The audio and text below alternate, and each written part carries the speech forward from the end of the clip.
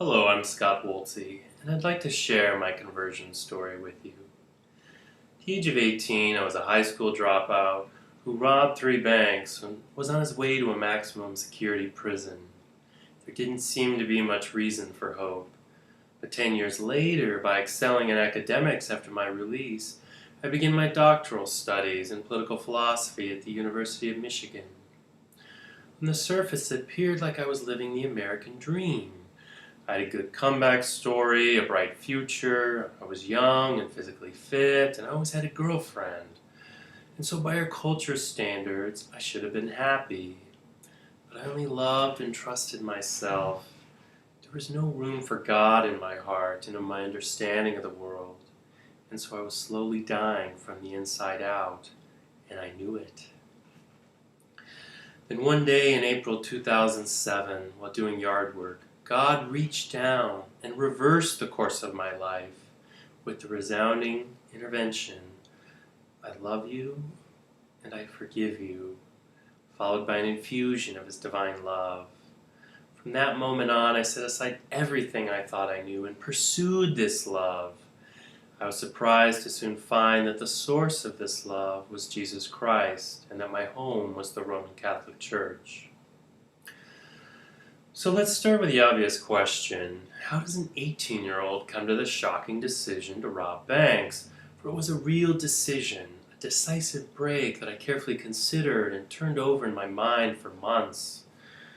And so unlike many robbers, my crime was not a crime of opportunity or an immediate response to the ache of a drug addiction.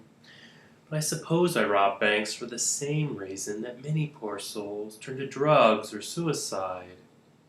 Because I was without hope, saw no path forward, and needed out. My mind had become uninhabitable to myself as I was deeply estranged from myself, from neighbor, and from God.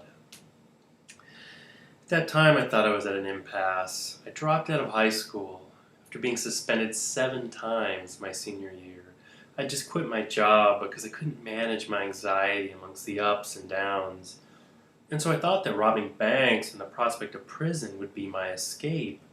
For I assumed that I'd get caught, since I knew that 9 out of 10 bank robbers end up in prison.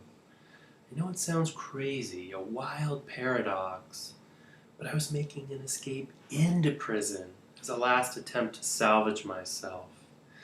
And believe it or not, it actually worked and exceeded all of my desperate hopes. But we'll get to that later.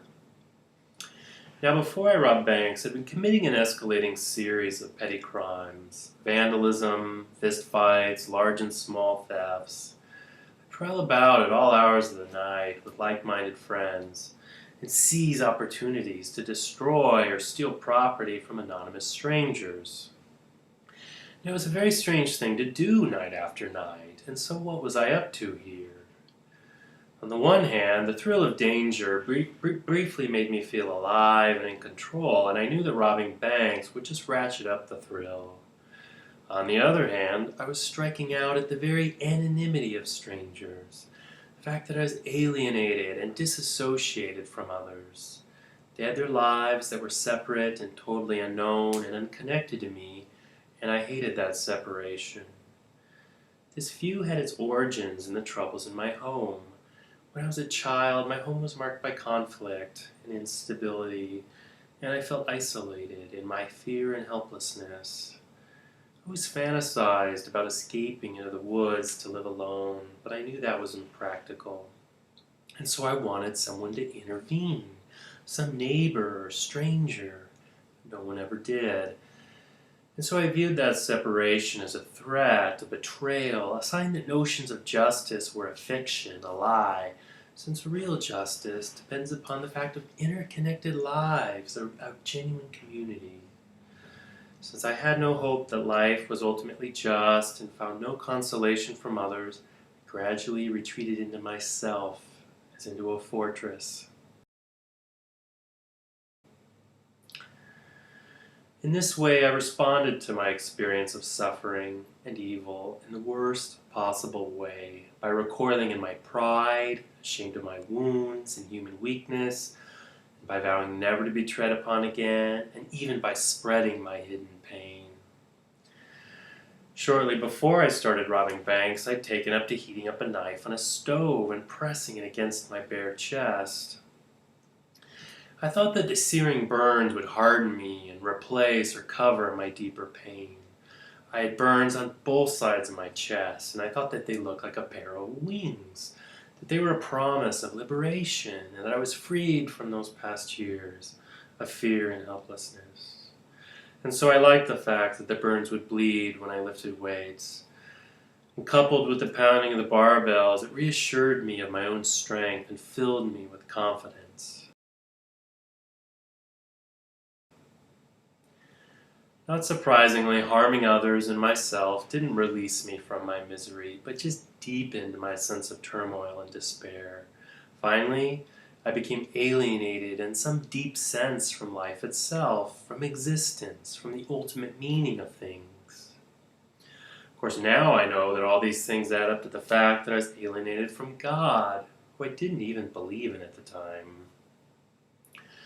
Even so, I couldn't bear this alienation, and so I held the strange view that the radical act of robbing banks would help me break through the gray facade of life and scratch the bottom of existence.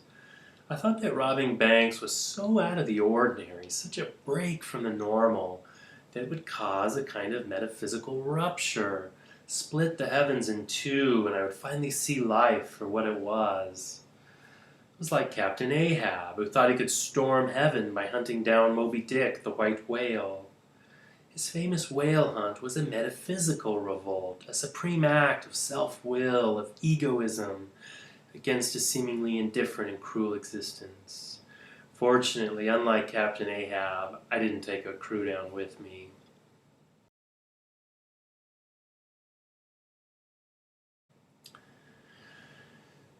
Well, robbing banks didn't offer any metaphysical breakthroughs, but I did find the first two robberies novel and exhilarating. But the third robbery did not have the same effect, and I was once more thrown back upon myself, as upon a dead thing. And now, unlike many drug addicts who want the high and escape to continue, I just wanted out. Fortunately, by this time, a fellow criminal tipped off the local Portland police that I'd been robbing banks up in Washington in exchange for the reward money and other considerations.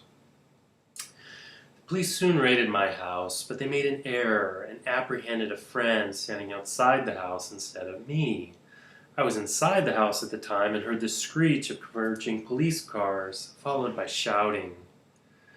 I immediately knew what was happening.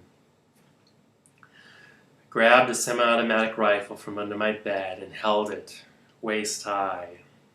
I didn't have a desire or plan to shoot it out with the police. It just seemed like that's what bank robbers are supposed to do when the police arrive. You go and grab your gun. I held the gun for a moment, and it was cold and heavy. Then a bright thought of hope just flashed through my mind. I don't want to die. I'm young. I threw the gun back under the bed and ran out the back door, wearing only boxer shorts. I was arrested a short time later. Now, after my arrest, I was immediately full of joy and relief. I suppose I looked like someone who was just released from prison, and not someone who was going away for a while. In fact, the intake officer at the jail found my behavior so unusual that he wrote on the back of my intake form that I might be crazy, or what he called a little 1, 2, 3, 4. What the officer didn't know was that I had a new lease on life. I was alive, young, and would now spend the next few years trying to put myself back together. So I happily told the detectives everything they wanted to know, was relieved to confess and hold nothing back. I threw myself on the mercy of the court, and though my complete cooperation was not a strategic move, it actually had the effect of netting me the lowest possible sentence. The federal government had the option of prosecuting my case with an automatic minimum sentence of 15 years. But since I had no prior felony convictions, they had mercy on me and turned me over to the state of Washington for a lesser sentence. Now, I was worried when I was assigned the county's so-called hanging judge, But during my sentencing hearing, the normally dour judge could not restrain some smiles and laughter as he examined me.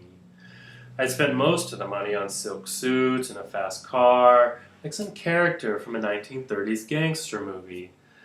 And so the judge realized that I was not so much a dangerous person as a pathetic young man who was almost playing at being a bank robber. Unfortunately, while the judge had some hopes for my rehabilitation, the state did not, until they opted to send me to a maximum security prison. The prison officials thought it was best to gather most of the bad apples in the same place, and so they stocked one particular prison, Clallam Bay, full of angry young men and hardened cons. It was known among inmates as a gladiator school, and that would be my new home.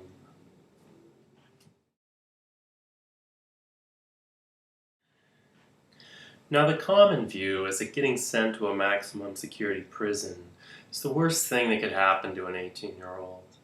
But like most things in life, the truth is more complicated. In prison, there are basically two kinds of inmates: those who are welcomed into and enjoy the benefits of convict society, that little society that the inmates create for themselves despite whatever the prison guards are up to. And then those who are effectively ostracized and serve their time on the edge, such as sex offenders and snitches and the weak or scared. If you're welcomed into convict society, you live according to a rule of convict justice known as the Convict Code, and it creates the benefits of black market trade, mutual protection, and some degree of respect for persons and property. It also helped to create a shared worldview, and that furthered a sense of solidarity and provided the building blocks for friendship. Since there's a dramatic difference in the quality of life between the outcasts and those on the inside, the so-called solid cons, my future depended upon where I would come to stand. I knew it was crucial to make the right first impression, since mistakes have a long shelf life in prison, and your reputation can follow you from prison to prison. Now, part of me welcomed the challenge of being 18 in a maximum security prison. I knew that fears easily sniffed out, and in truth, I wasn't afraid.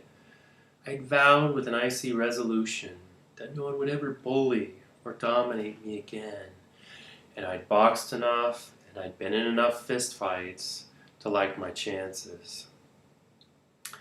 The solid cons, the inmates who basically ran the prison, they watched me and put me through a series of subtle tests in order to sift through my character and determine what kind of inmate I was.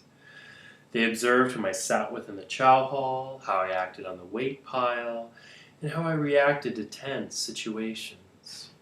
They kept me at arm's length as they weighed whether this youngster was one of them, someone who was dependable, cool-headed, tough, honest, and respectful to fellow cons, or whether I was a loudmouth, or frightened, or undisciplined.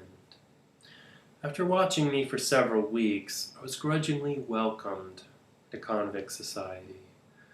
But what began at first as a grudging acceptance turned into real friendship and a real sense of community.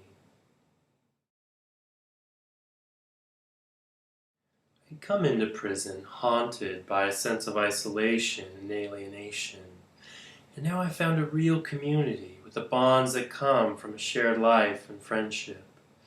And I wasn't the only one. A convict friend who was nicknamed Bull because of his stubbornness and simplicity was released from prison and then complained to us on the phone that he wanted back in, that he missed his friends in solid cons. We just shook our heads at that.